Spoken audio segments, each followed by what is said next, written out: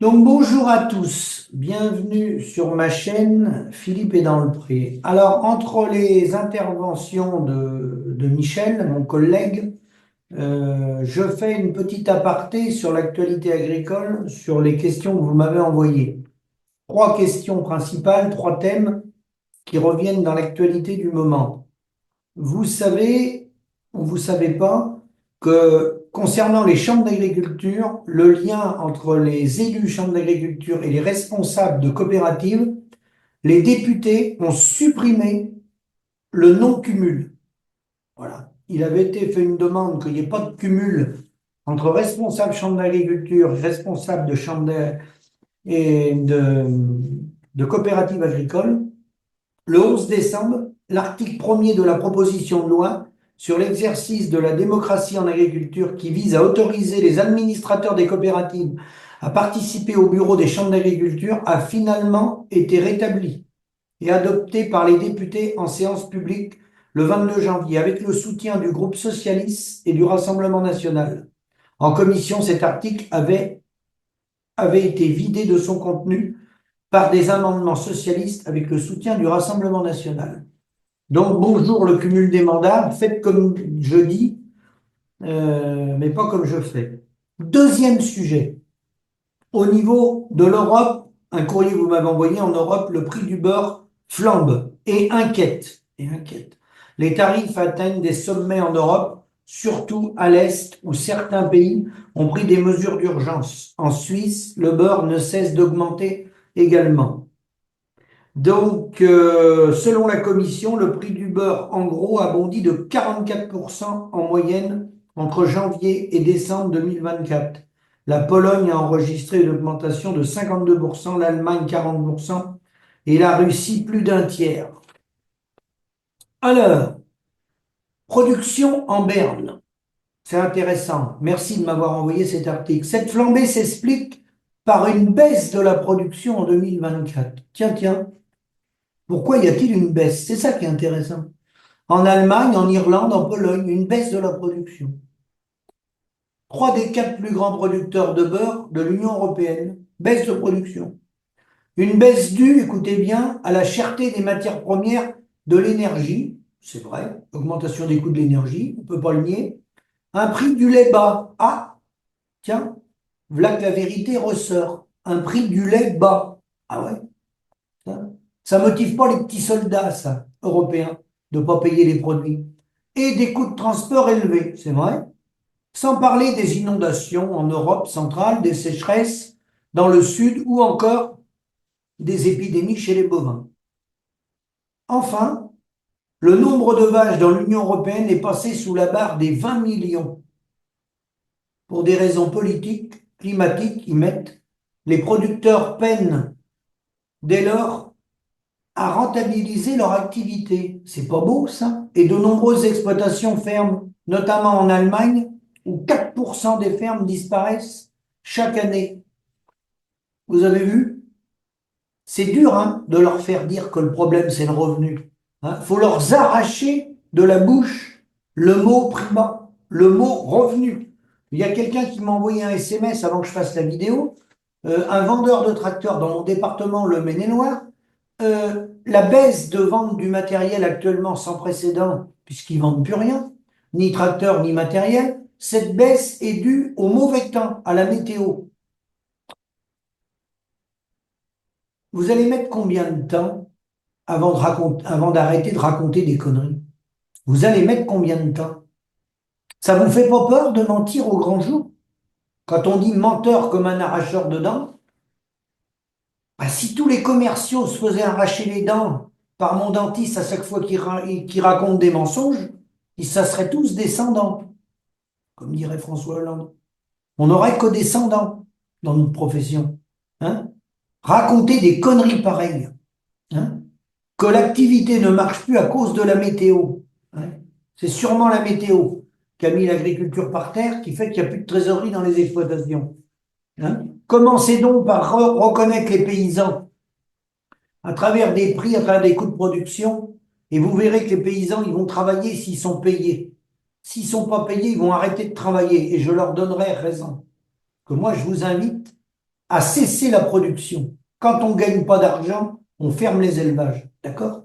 On ferme les élevages. Je dis bien, on ferme les élevages. Et moi, moins je vais produire, mieux je vais me porter. C'est terminé, engraisser les gens autour de nous. Terminé. Terminé. Il faut leur couper l'approvisionnement à ces gens-là. Ils se sont enrichis sur la paysannerie. Il ne faut plus leur amener de production à ces gens-là. Ils n'ont pas besoin de nous. Hein? Ils n'ont pas eu besoin de nous pendant 40 ans pour nous exploiter. Alors produire pour l'agroalimentaire et l'agro-industrie, stop, stop. Vous nous rendez des comptes avant. Vous nous rendez des comptes, vous et la FNSEA, qui avez assassiné la production, la profession agricole. Je pèse mes mots. Assassiné, hein, la profession agricole, avec tous les morts qu'il y a chaque jour, tous les suicides, par le manque de revenus. Ça n'a rien à voir avec la météo. Alors, on commence à entendre parler du fameux salon. C'est la troisième question que vous m'avez envoyée, d'en réussir. Comment Sanders veut faire tomber les clichés sur l'élevage au salon de l'agriculture? Au prochain salon, communiquer pour donner une image positive de l'élevage. Je vous rappelle que Sanders, c'est le numéro 1 des aliments en France. Il a été repris par le groupe Avril. Donc, ils vont faire des discours. Philippe Manry, directeur général de Sanders, Soisic Di Bianco, ancienne chercheuse et sociologue à l'ESA d'Angers, auprès de chez moi. Je l'invite, cette chère dame, à prendre une exploitation avec ses enfants et à faire de la production laitière, histoire de voir comment ça se passe. Parce qu'elle explique, c'est ingénieur agronome et sociologue spécialisé dans l'analyse des transitions agroécologiques et enseignante-chercheuse à l'ESA d'Angers. Quelle perspective pour l'élevage français? Quelle perspective, hein? Sortir des clichés, sortir des clichés. L'élevage a un meilleur avenir qu'il y a 10 ans dans l'élevage. L'élevage, c'était mieux avant. On sait qu'il faut travailler plus que la moyenne. Ça, c'est pas le débat, madame.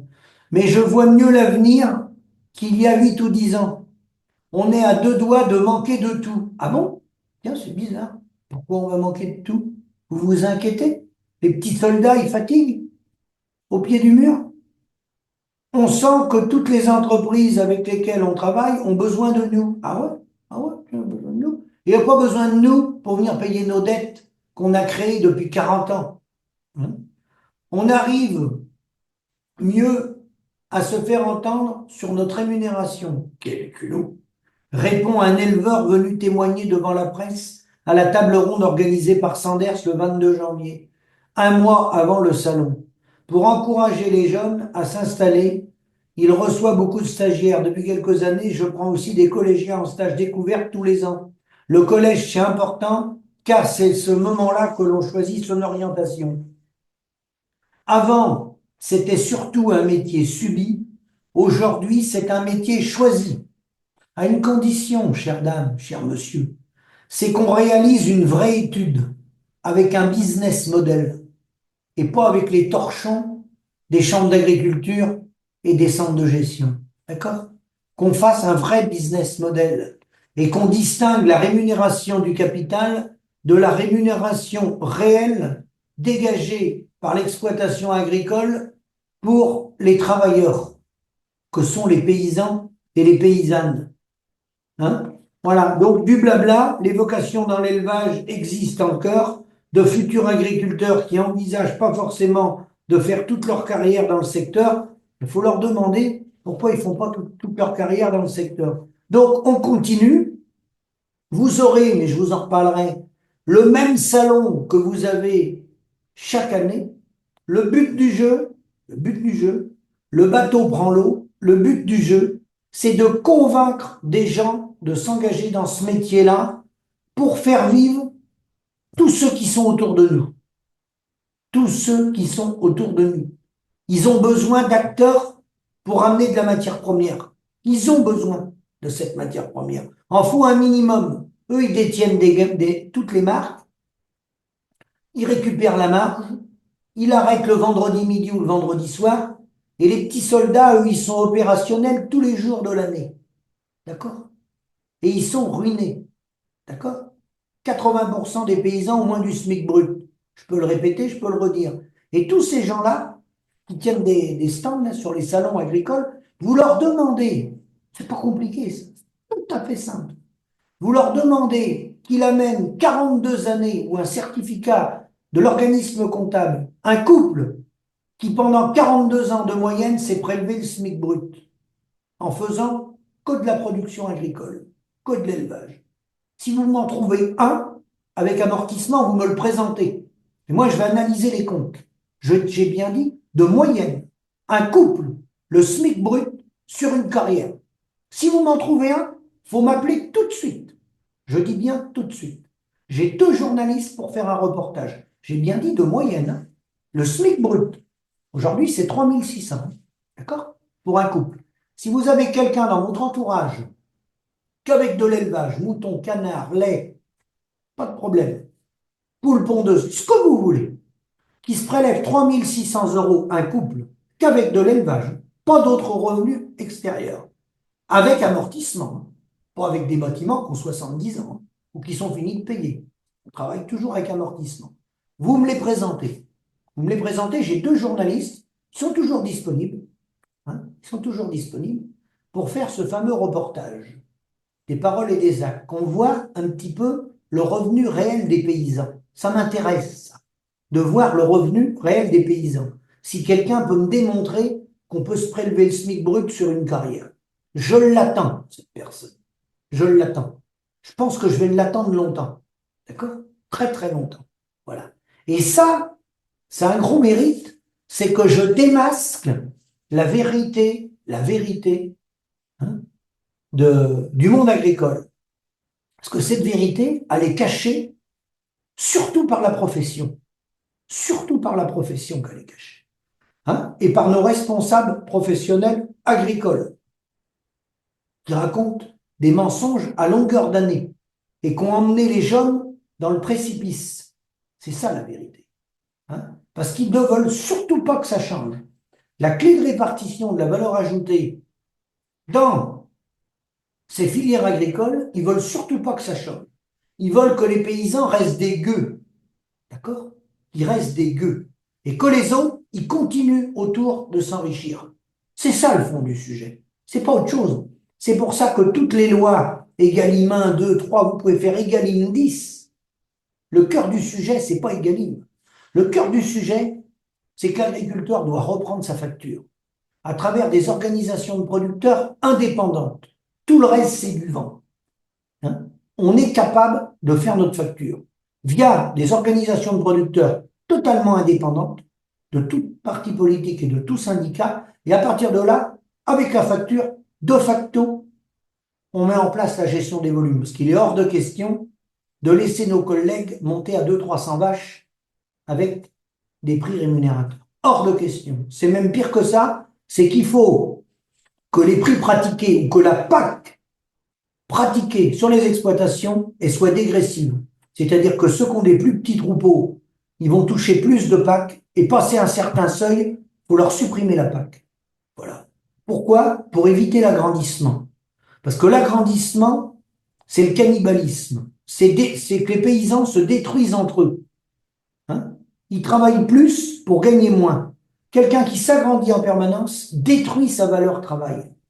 Il flingue la profession, il flingue la filière, il enrichit le secteur marchand, l'industriel bien entendu, et la grande distribution, parce qu'elle a tant que ça, que les produits il arrivent à moins cher, les Leclerc et autres, il détruit la filière. Donc c'est une organisation de producteurs en reprenant la facturation et gestion des volumes indispensable.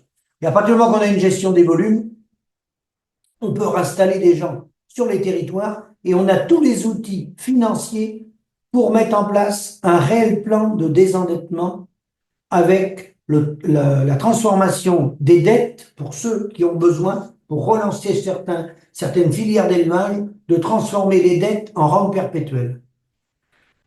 Ça ne coûte rien et ça relance l'économie et tout ce qui tourne autour. Mais à une seule condition, hein, enrichir toute l'économie autour de nous, oui, mais à condition que nous, on ait une rémunération, notre vraie rémunération, qu'on nous a piquée depuis plusieurs décennies. Je vous remercie. C'était une petite vidéo entre les émissions qu'on fait avec Michel. À bientôt.